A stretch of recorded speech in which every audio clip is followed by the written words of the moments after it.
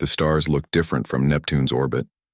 Commander Alan Wright had seen the view hundreds of times during his patrols, but it never got old.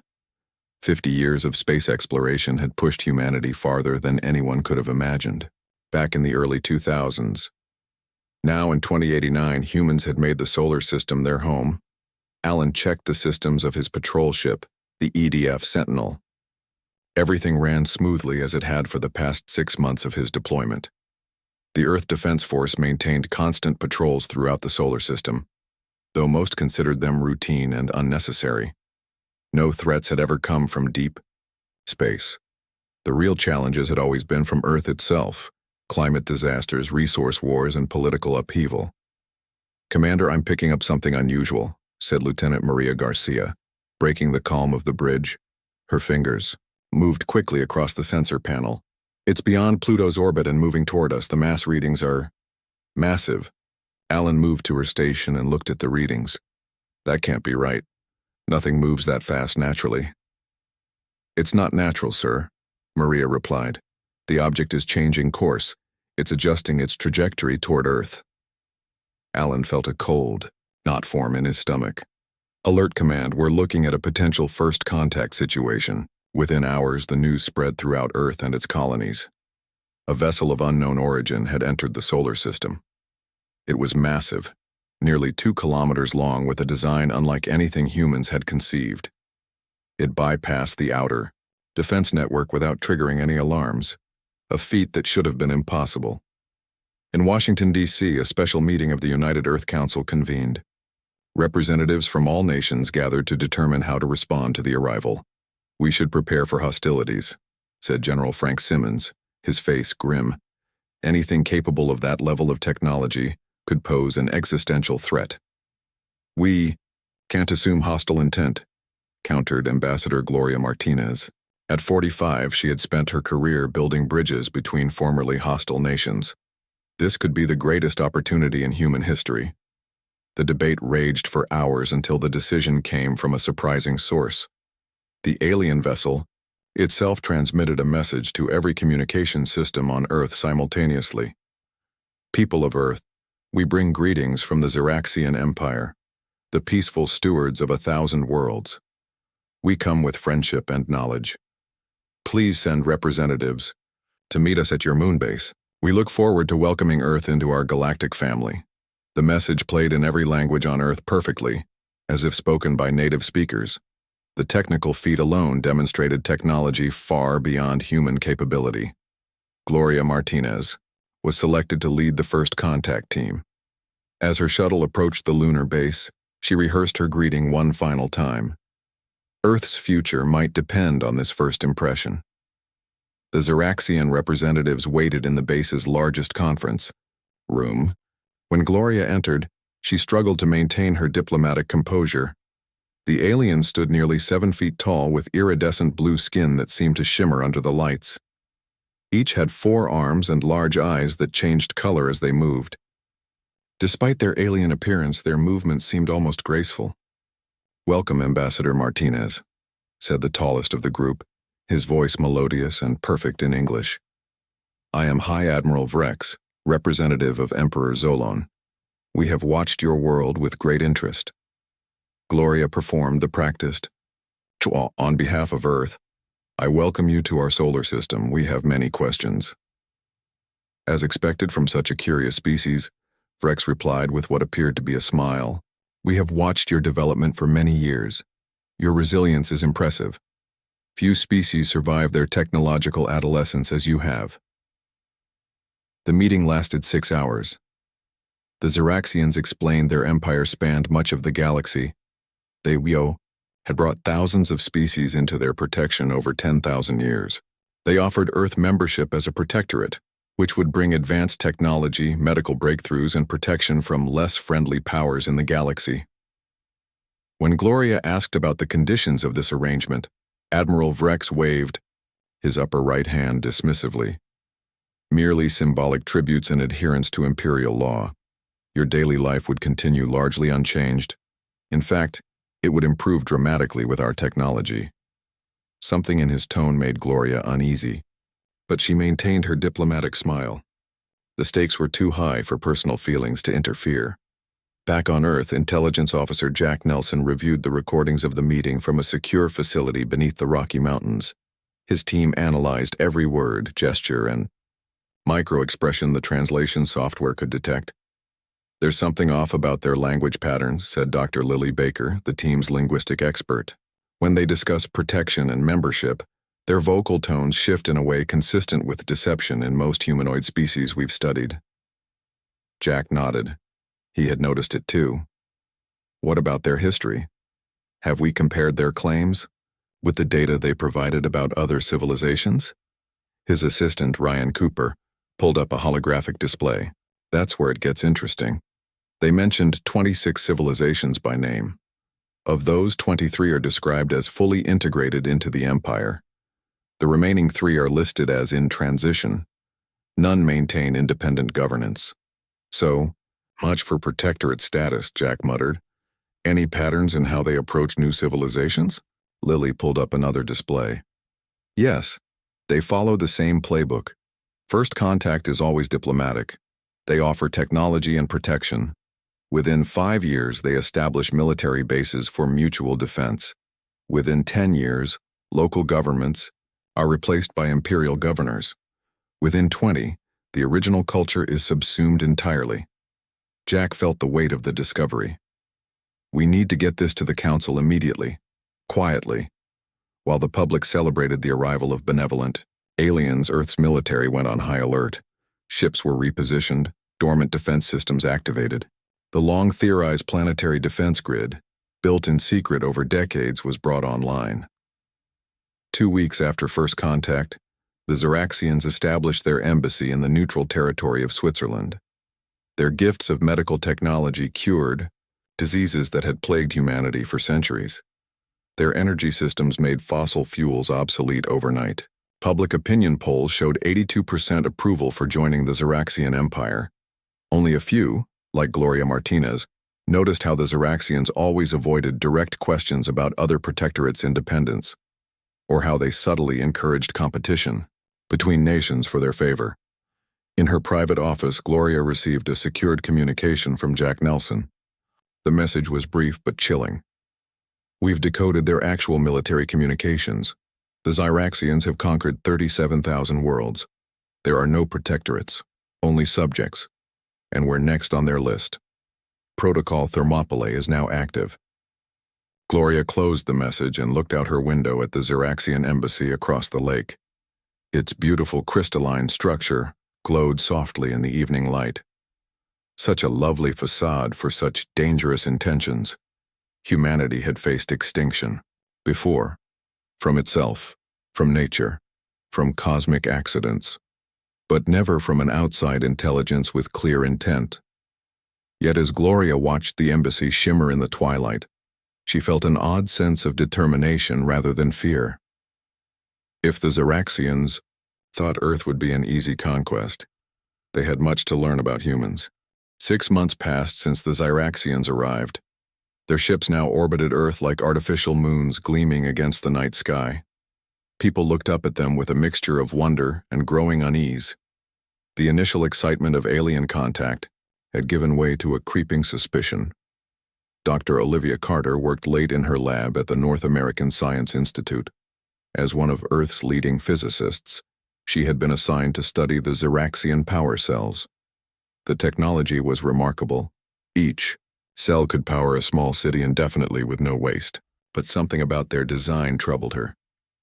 "There it is again," she muttered, adjusting her microscope. Hidden within the atomic structure of the power cell was a pattern that didn't belong. It was subtle, almost undetectable unless you knew exactly what to look for. Olivia had found similar patterns in every piece of Xeraxian technology Earth had received. Her colleague, Dr. Ben Howard, looked up from his workstation. "Found another back door?" "Yes," Olivia said. "This one's in the medical scanners they gave to hospitals last month." She pulled up a simulation on her screen. When activated, it could transmit patient data directly to Xeraxian servers, but it could also scan for military implants, security clearances, even genetic markers. Ben rubbed his tired eyes. So they're spying on us. Worse, Olivia replied. They're cataloging us. On Mars Colony 1, Lieutenant Ethan Phillips watched through his binoculars as a Xeraxian survey team examined the colony's water processing plant. Their official reason, to help improve the facility, sounded reasonable. But this was the third critical infrastructure site they had visited this week. They're mapping everything, whispered Sergeant Andy Miller, crouched beside him. Defense, systems, power stations, water supplies. Ethan nodded. And always the same questions. Population numbers, resource consumption, military response protocols. He lowered his binoculars. They're not planning to help us. They're planning to control us. The two men carefully backed away from their observation point. They had to get their findings to Earth without the Xeraxians noticing. The aliens monitored all official communications, but Earth had established secret channels using old radio technology the Xeraxians considered too primitive to bother monitoring. That night, Ethan sent his report using a restored 20th century ham radio set. His message was clear. The Xeraxians were conducting military reconnaissance disguised as cultural exchange. In Washington, D.C., diplomat Susan Blackwell sat across from Assistant Ambassador Kraz, one of the smaller Xeraxians who handled day-to-day relations with Earth governments. Susan had noticed a disturbing pattern in recent negotiations. Ambassador Kraz, I'm concerned about these separate technology agreements you're offering to different nations. Susan said carefully. The United Earth Council established that all Xeraxian technology would be shared equally. Kraz's skin rippled with blue-green patterns, which Susan had learned indicated amusement or condescension. Ms. Blackwell, each nation has unique needs. We simply tailor our offerings accordingly. But offering advanced weapon systems to one country while offering only agricultural technology to their neighbors creates dangerous imbalances, Susan pressed. Perhaps, Kraz replied, his four hands forming a steeple. Some nations have proven themselves more reliable partners than others. The implication was clear. The Xeraxians were deliberately creating divisions between Earth nations. United, humanity might resist. Divided, they would be easy to conquer. After the meeting, Susan went directly to her secure office and contacted Gloria Martinez. They're using the oldest strategy in the book, she reported. Divide and conquer. Gloria's face on the secure screen looked grim. It's happening everywhere. They're exploiting old rivalries, offering exclusive technologies to create jealousy and suspicion between allies. Have you seen the latest from the moon base? Susan asked. Gloria nodded. 12 more Xeraxian ships arrived yesterday. They're not even pretending they're here for peaceful purposes anymore. On the far side of the moon, hidden from both Earth and the Xeraxian vessels, lay Outpost Artemis. Built into a deep crater, it housed Earth's most secret military installation. Here, Commander Reed Peterson reviewed the latest intelligence about the Xeraxian fleet. Their ships have moved into strategic positions throughout the solar system, he told his officers. 3 near Mars, 5 around Earth, 2 near Venus, and now 12 more in lunar orbit.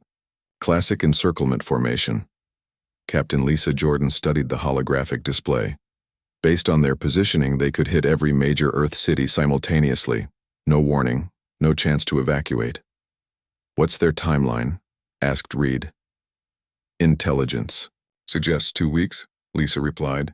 They're waiting for their final reinforcements, what they call pacification ships. Reed's expression hardened. Then we have 2 weeks to ready our response. Is Project Prometheus operational? Almost, Lisa said. Director Rivera reports 85% of installations are active. The rest should be online within 10 days. It'll have to be enough, Reed said. Humanity doesn't get a second chance here. Meanwhile, in the secure underground facility beneath the Rocky Mountains, Jack Nelson worked with a team of cryptographers to break into the Xeraxian communication network. The breakthrough came from an unexpected source, patterns in Xeraxian music. Their communication uses the same mathematical progressions as their cultural performances, explained Dr. Maya Williams, a musical mathematician. It's ingenious, hide your military codes in what seems like art. Jack watched as the decryption program finally broke through. Data flooded the screens, invasion plans, weapon specifications, and most disturbingly, detailed protocols for processing Earth's population. God help us, Jack whispered as he read. The Xeraxians plan to reduce Earth's population by 60%, keeping only those useful for labor and research. The rest would be recycled for resources. Get this to the Council immediately, Jack ordered. And alert Director Rivera at Prometheus. We just ran out of time.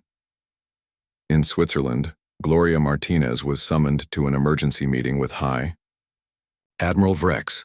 The Xeraxian's usual diplomatic demeanor had vanished. His skin pulsed with dark red patterns that Gloria had never seen before. Ambassador Martinez, Vrex said coldly. We have detected unauthorized access to our secure networks. This is a serious violation of our trust. Gloria maintained her composure. I'm not aware of any such breach, Admiral. Perhaps there was a misunderstanding. There is no misunderstanding, Vrex continued.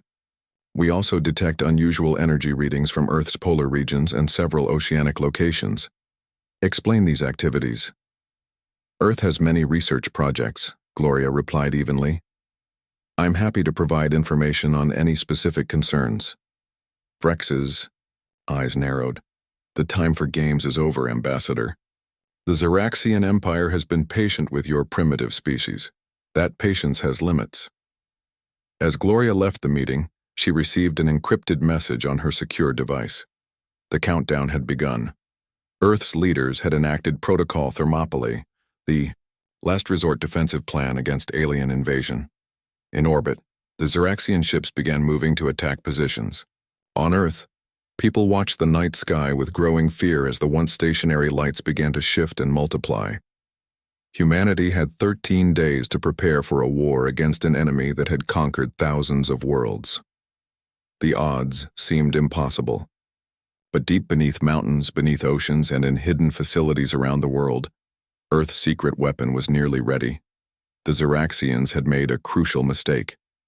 They had given humanity time to prepare, and humans had spent that time doing what they did best, finding unexpected ways to fight back. Deep beneath the Colorado mountains, Director Samuel Rivera walked through the massive underground complex that housed Project Prometheus. Metal walls lined with blinking lights stretched in every direction. Workers rushed through corridors carrying equipment and data tablets. The facility had operated in total secrecy for decades, preparing for a day most people thought would never come. Status report, Samuel said as he entered the main control room. Giant screens covered the walls, showing installations around the world. Chief Engineer Diane Foster looked up from her station. Dark circles under her eyes showed she hadn't slept in days. We're at 92% operational capacity, sir. The Pacific Ocean platforms came online an hour ago. We're still having stability issues with the Himalayan array. Samuel nodded. And the gravity manipulators? Final tests completed this morning, Diane replied. They work better than we hoped. We can create localized gravity distortions strong, enough to bend light or Xeraxian weapon fire. Project Prometheus represented humanity's greatest secret and last hope. After the nuclear age began, world leaders quietly agreed that Earth needed protection against potential threats from space. For nearly a century, scientists had worked on technology that didn't follow the normal path of development. They reasoned that any advanced alien civilization would expect certain types of weapons, lasers, nuclear devices, conventional explosives. So humanity developed something completely different. The beauty of our approach, Diane explained to new staff members, is that it's unexpected. The Xeraxians have conquered thousands of worlds all using similar technology, but they've never encountered our gravity manipulation systems. The project used Earth's natural magnetic field as a power source and delivery system. Hundreds of installations around the planet could work together to create a shield that no conventional weapon could penetrate. More importantly, they could disrupt the very physics that Xeraxian technology relied on. In another part of the facility, Dr. Peter Johnson hunched over his workstation. As Earth's leading quantum physicist, he had spent the past month analyzing the Xeraxian communication network that Jack Nelson's team had broken into. I found something important, Peter said when Samuel entered his lab. The Xeraxians aren't just conquerors, they're parasites. Look at this. He pulled up images showing Xeraxian ships attached to planets like ticks on an animal. They don't just take resources, they tap directly into a planet's core energy. Each conquered world becomes a power source for their empire. Samuel frowned. That explains their interest in Earth. Our core is unusually active. Exactly, Peter nodded. To them, we're not just another conquest, we're a prize. Peter pointed to another screen showing a timeline. Based on their communications, the invasion begins in 14 days. They'll start with an orbital bombardment to destroy our major defense installations and government centers, then ground troops to secure resource-rich areas. Samuel's face darkened. They're in for a surprise. That evening, leaders from every nation met in the most secure video conference ever held. The usual political differences were set aside in the face of extinction. For the first time in history, all of humanity stood united against a common threat. The Xeraxians expect us to surrender or be destroyed, said President Helen Clark of the North American Alliance. They've followed this playbook for 10,000 years against thousands of worlds. But none of those worlds were Earth, replied Premier Li Wei of the East Asian Cooperative. And none of those species were human. The leaders reviewed the final defensive plan. Project Prometheus would shield Earth from the initial attack. Meanwhile, specialized strike teams would target Xeraxian command ships. The goal wasn't to defeat their entire force, that would be impossible, but to make invasion so costly that the Xeraxians would be forced to negotiate. We only need to break their pattern, explained General Anthony Garcia. They've never faced real resistance. Even a partial defeat might shock them into reconsidering. As the meeting concluded, President Clark looked at each leader on her screen. Humanity has fought itself for millennia. Now we must fight together or die together. There is no middle ground. For the first time, every nation committed their full military resources to a unified command structure. Ancient enemies became allies. Border disputes were forgotten. In the face of annihilation, humans remembered their shared bond. On the moon, Base Commander Reed Peterson oversaw the positioning of Earth's small fleet of defensive spacecraft. Compared to the Xeraxian vessels, they were primitive, like canoes against battleships, but they weren't meant to win through force. Each ship carries a gravity pulse generator, Reed explained to his pilots. You won't be firing conventional weapons. Your job is to get close enough to their command vessels to activate the pulse. One good hit should disrupt their systems long enough for the next phase. Captain Lisa Jordan studied the suicide mission briefing. The chances of survival were less than 20%. Will this really work? She asked quietly. Reed placed a hand on her shoulder. It has to. We're the distraction that gives Earth time to activate the full Prometheus grid. As preparations continued, the Xeraxians grew increasingly suspicious. Their sensors detected unusual energy patterns around Earth, though the source remained hidden thanks to specialized cloaking technology. In the Swiss embassy, High Admiral Vrex met with his commanders. There is unusual activity across the planet, he said. Their primitive militaries are coordinating in new ways. Commander Zulk, his head of security, displayed a hologram of Earth. We've detected energy signatures unlike anything in our records. They may have developed weapons we haven't encountered before. Rex dismissed this with a wave of his hand. Impossible. Their technological level is thousands of years behind ours. Whatever they're planning is meaningless against our fleet. He pointed to Earth's image. Begin the invasion in 10 days, not 14. We'll catch them before they're ready. What Vrex didn't understand was that Earth had been preparing for this moment for generations. Within the Prometheus complex, Diane Foster received word of the changed timeline. They're moving up the attack, she told Samuel. We have 10 days, not 14. Samuel looked at the readiness reports. They were at 94% capacity, not perfect, but enough. Then we move up our timetable too. Alert all stations. Prometheus activates in 8 days. Diane nodded and sent the coded message that traveled through Earth's most secure channels to installations around the world. In hidden mountain bunkers beneath ocean floors and disguised as research stations, Engineers and soldiers prepared to defend their planet. As night fell across North America, Samuel stepped outside the hidden entrance to the complex. He looked up at the stars now obscured by Xeraxian ships. Soon those ships would rain destruction down on Earth, or try to. "You picked the wrong planet," he whispered to the alien vessels above. For the first time since the Xeraxians arrived, Samuel smiled. Humanity had spent its entire history fighting, inventing, and surviving against impossible odds. The Xeraxians had no idea what they were about to face.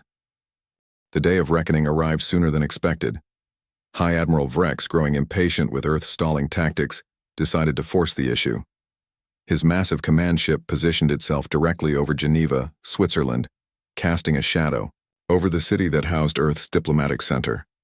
Millions watched their screens as Vrex's face appeared on every device capable of receiving a signal. His blue skin seemed darker, the patterns more agitated. "People of Earth," he began, his voice no longer hiding behind false friendliness. "The time for discussions has ended. The Xeraxian Empire has extended its generous offer of protection for 6 months. Your leaders have wasted this opportunity with meaningless delays." Vrex's forearms spread wide in a gesture that might have seemed open, if not for the menace in his glowing eyes. "We have established positions throughout your solar system. Your primitive weapons cannot harm us. Your limited technology cannot hide from us. Surrender now and most of your population will be permitted to live as productive members of the Empire." In the United Earth Command Center beneath the North American continent, President Helen Clark watched the broadcast with her military advisors. The massive room hummed with activity as personnel monitored defensive systems worldwide. "He's not even trying to hide it anymore," Helen said quietly. General Anthony Garcia nodded. "They believe victory is assured, that overconfidence is our advantage." On the screen, Vrex continued his speech. "To demonstrate our resolve, we will now eliminate your moon base. This outpost represents your greatest military achievement. Its destruction will show the futility of resistance." The feed switched to a view of Earth's lunar base. 3 Xeraxian warships moved into position around it, their weapons ports glowing with energy. In the command center, Helen turned to Communications Director Paul Wilson. "Is everyone evacuated from the moon base, Ally?" Checked his tablet. "All personnel were secretly removed 3 days ago. The base is empty." Helen nodded and turned to Samuel Rivera, who had just arrived from the Prometheus facility. "Is the system ready?" "Yes, Madam President," Samuel replied. "All stations are go. We're at 97% capacity, more than enough." Helen took a deep breath. "Then it's time to show our hand." She turned to Paul. "Prepare to broadcast on all frequencies and connect me to Admiral Vrex."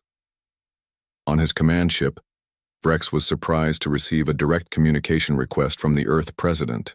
He accepted it with a smug expression. "Madam President, have you called to offer your surrender?" Helen's face showed no fear as she looked at the alien commander. "No, Admiral Vrex. I've called to give you a warning. The Xeraxian Empire has 24 hours to remove all forces from our solar system." For a moment, Vrex seemed shocked by her audacity. Then he laughed, a sound like grinding metal.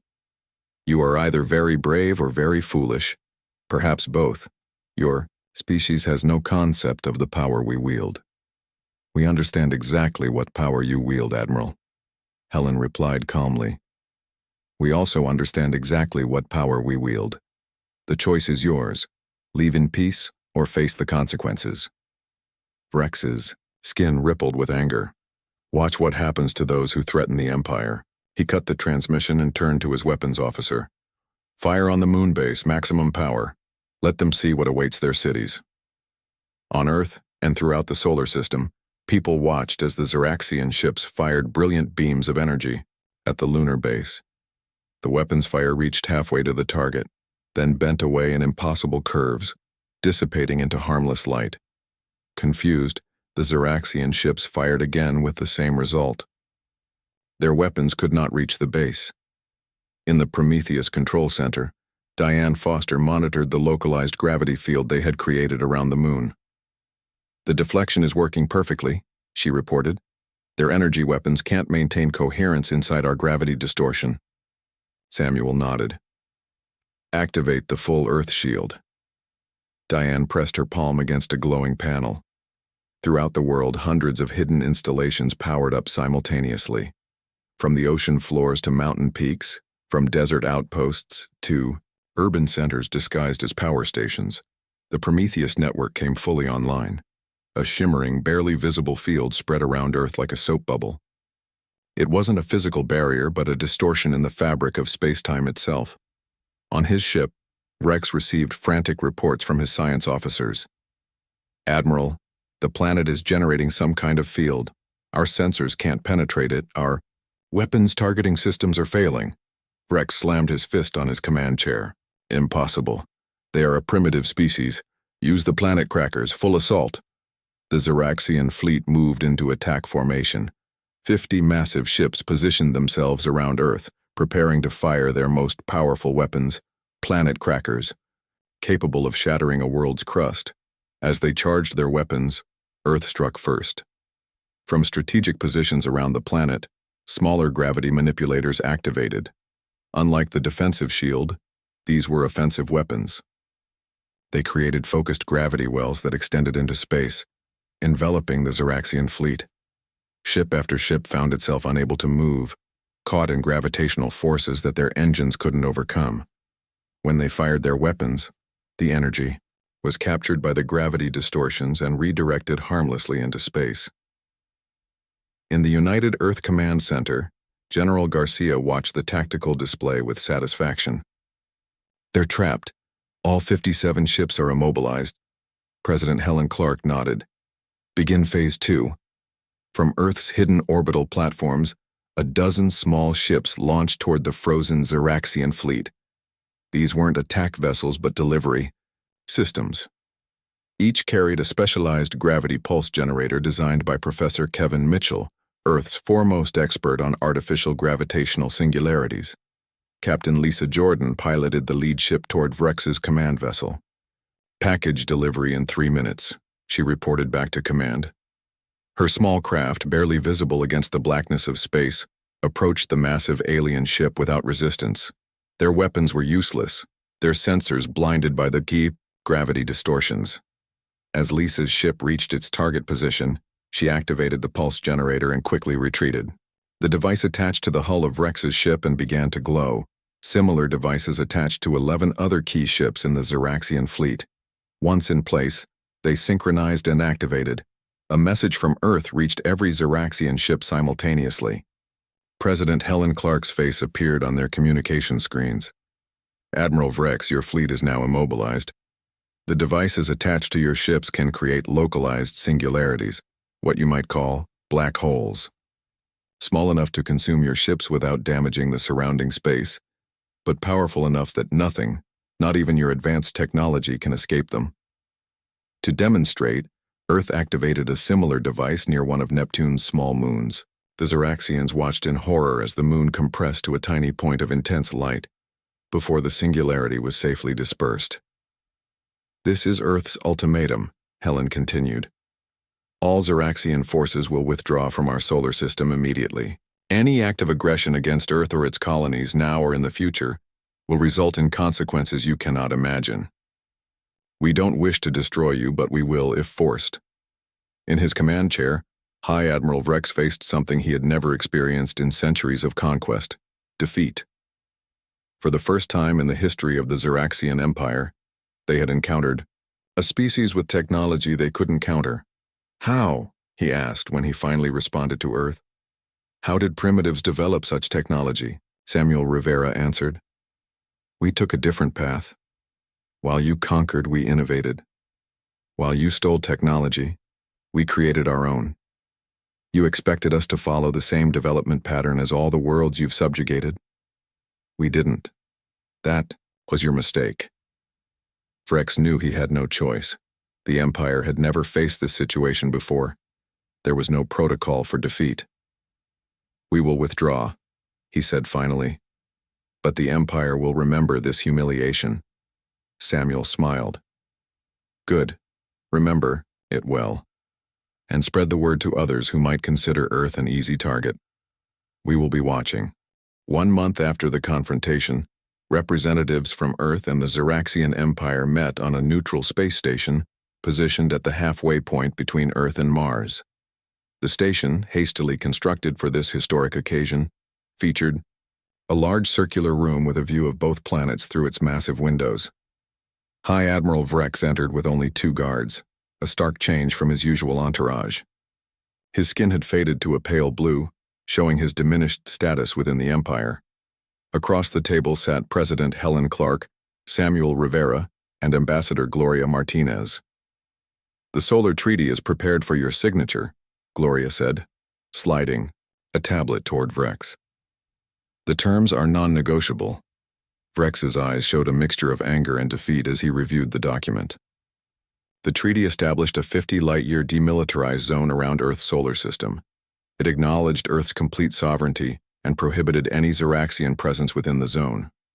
Most humiliating for the Empire, it required them to provide information about all worlds they had conquered or protected. "The Emperor will view this as an insult," Vrex said quietly. "The Emperor should view it as a warning," Samuel replied. "Your empire has consumed thousands of worlds through deception and force. That ends today, at least in this part of the galaxy." Vrex's hands trembled slightly as he pressed his palm to the tablet, confirming his acceptance of the treaty. "You have made a powerful enemy today."